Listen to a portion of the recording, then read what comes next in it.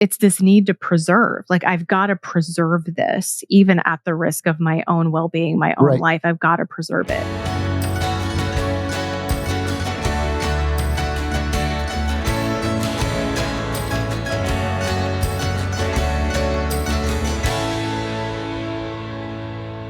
I think you can be an extremist for peace, or you can be radicalized towards being respectful to other people. But if you're a terrorist, that means, okay, I'm going to implement terror. I'm going to kill for this reason because I have these norms that I want to force on everyone else. Right. So an extremist or radicalized in this way, because I hear what you're saying. Like, well, someone could be like, think of like radical faith or radical love or radical generosity, or, we can use that word to make anything extreme, but like extreme in this way of like, no, I'm going to cause harm. Right.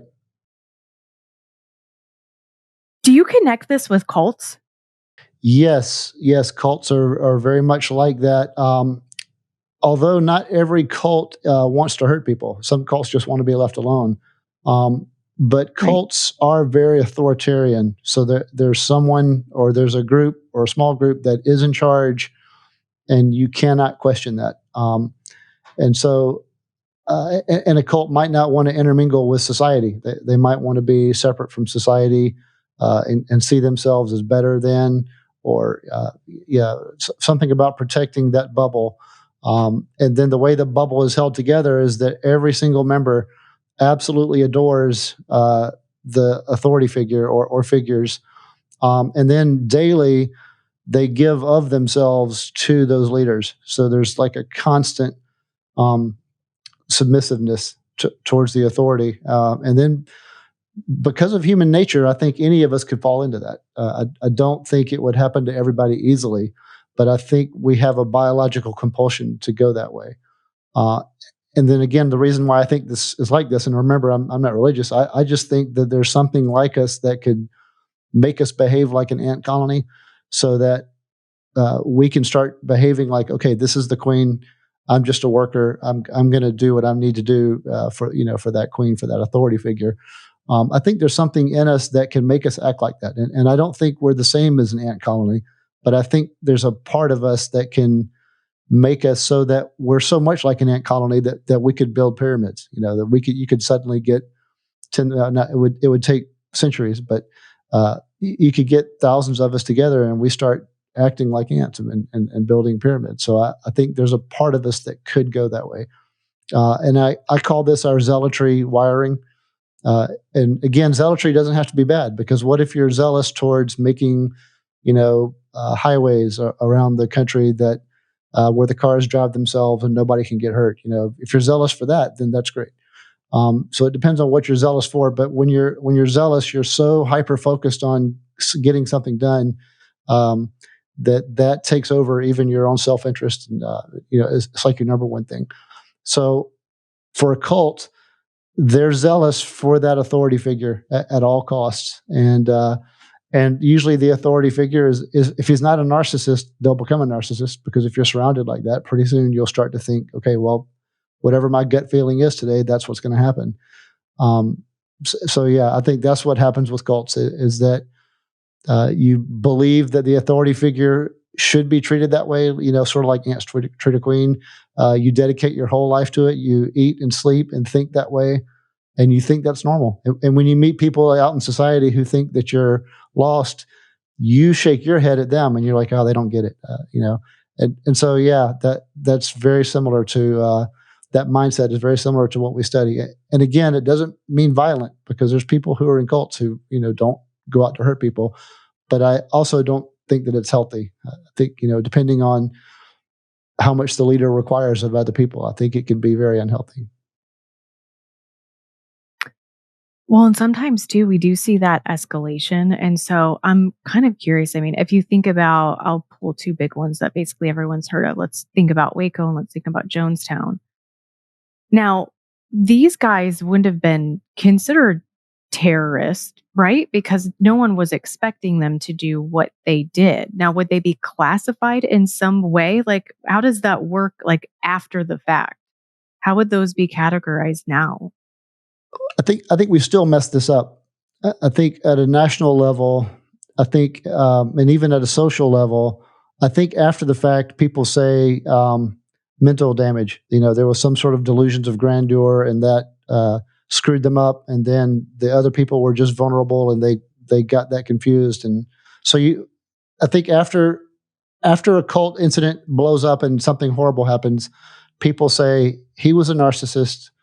He had delusions of grandeur, and then all the other people were confused.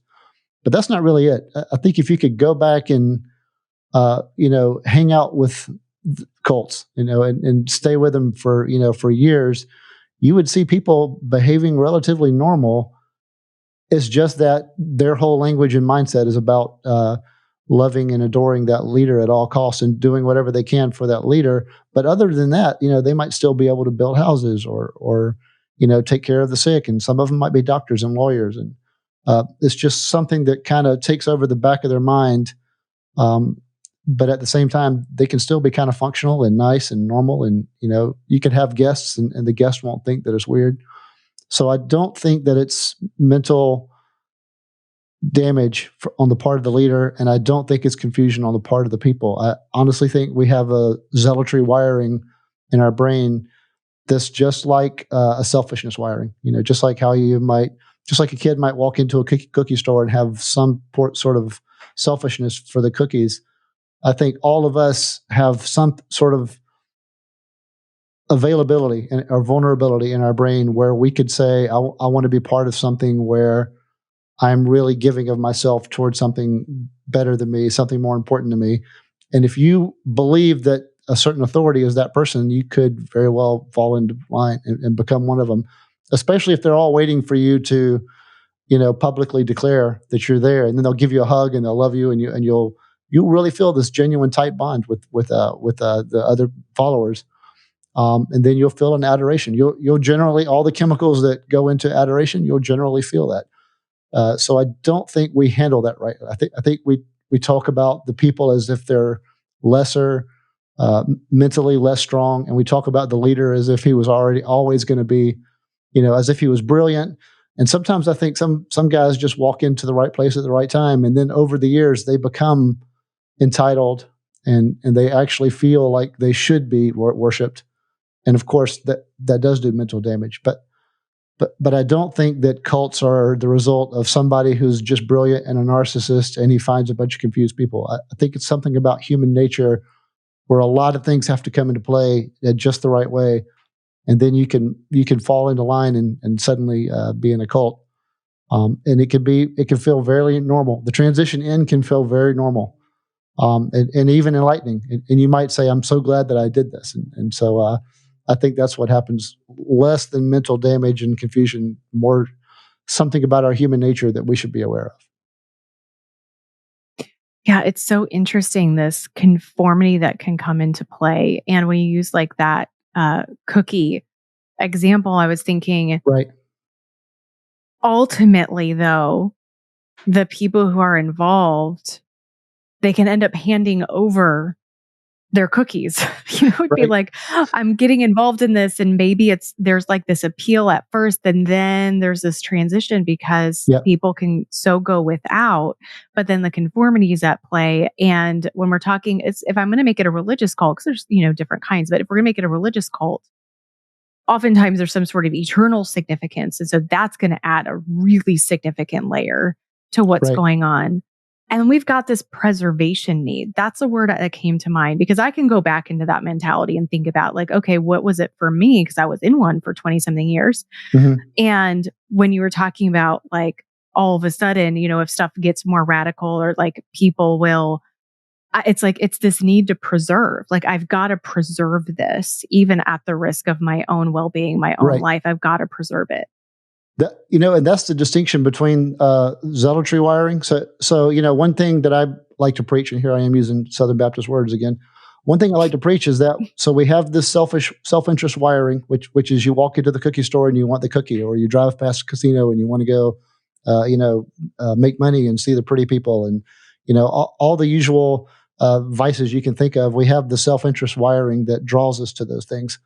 But then we also have like a cooperation wiring, where you might want to just go help someone just because you see somebody who needs something and you just want to go help them, and then that's it. You're not looking for the payback. You just think, oh, this person needs help. I'm going to go run do it. So we have that wiring. And then we have the zealotry wiring. And that's what you're talking about, where you want to preserve something, but not you. It's something else. And I think this is something that gets mixed up. I think especially with atheists, some atheists say they do this because of this eternal promise. You know, they're going to get this eternal payoff later. That might be attractive, sort of, but studies show the things that keep the cult together the longest is the individuals of the group have to pay something towards the idea or towards the authority every day. And the more that you do something, the more you give of yourself towards that, like you were saying before, instead of the cookies for me, I'm going to make cookies for them, or I'm going to do things of myself for them. That's the zealotry wiring. And it's opposite of self-interest because you're not taking care of yourself, you're preserving the idea. So, and that's counter to self-interest, but I think we have all three. And I think biologically, we need to have all three. I think in order to survive, sometimes you have to watch out for yourself, and sometimes you have to give yourself to others, and sometimes you have to feel like you should. Like, you know, I know a lot of people like to use the word should and ought as a different thing. This is, you know, more of an obligation to others, and you feel like you should. When you're in that zealotry wiring, you feel like you should do that. And I think in a cult, it's I ought to preserve this idea, and it's so important that I'm going to go without, and I'm still going to feel fine. So I think that's what's going on there. And I think if someone gets to the point where they are like something kind of hits them in the face, like I had that experience, Right. like, okay, this is a real string getting pulled. Like like everything could unravel. And that happened when my dad died. And so I still kind of hung on for a few more years until my mom did. Then it was like, okay, this is kind of irrevocable now. Like, what am I going to do with this? Right.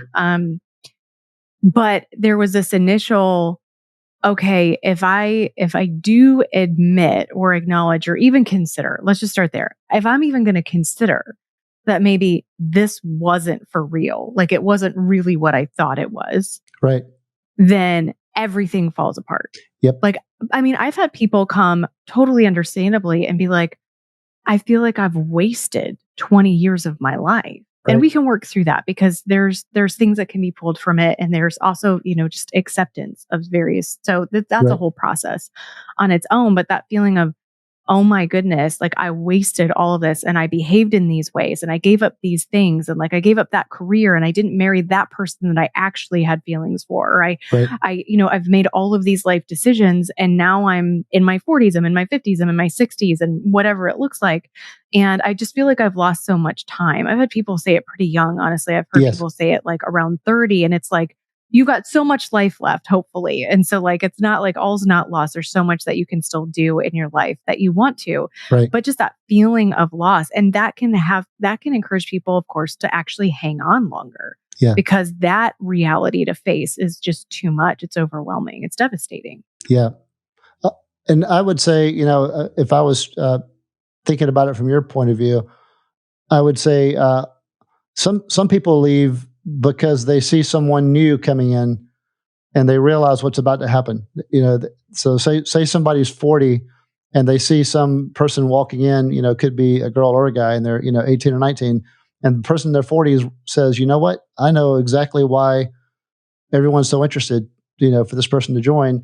And I know what the next 20 years of their lives are going to be. And they kind of take themselves out of the cult for a second and they put themselves in the mind of that person.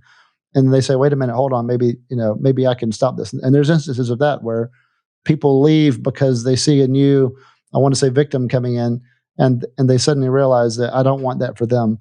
And so if someone leaves that at say the 40s or 50s and they're like, what can I do with my life? You could say, well, you've got these other people out there that are, you know, 19 or 20 or, you know, almost said, God forbid, you know, even younger who are getting into these things. You could help, you know, you can help pull them out. And you can say, hey, I know what it's like to be your age and to think that this is important.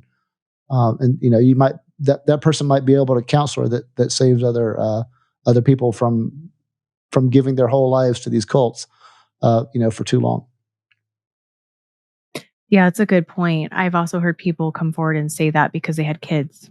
And they're like, I just can't. Right. I'm thinking about someone who shared, like, I had a daughter and it was a very, like, you know, male focused group and very much like patriarchal and in a really abusive, I mean, messed up. And he's like, there's no way I'm going to let my little baby girl, who I'm so in love with, be raised in this, to think Right. this of herself and to set herself up to be treated this way. And so that was a line and he left.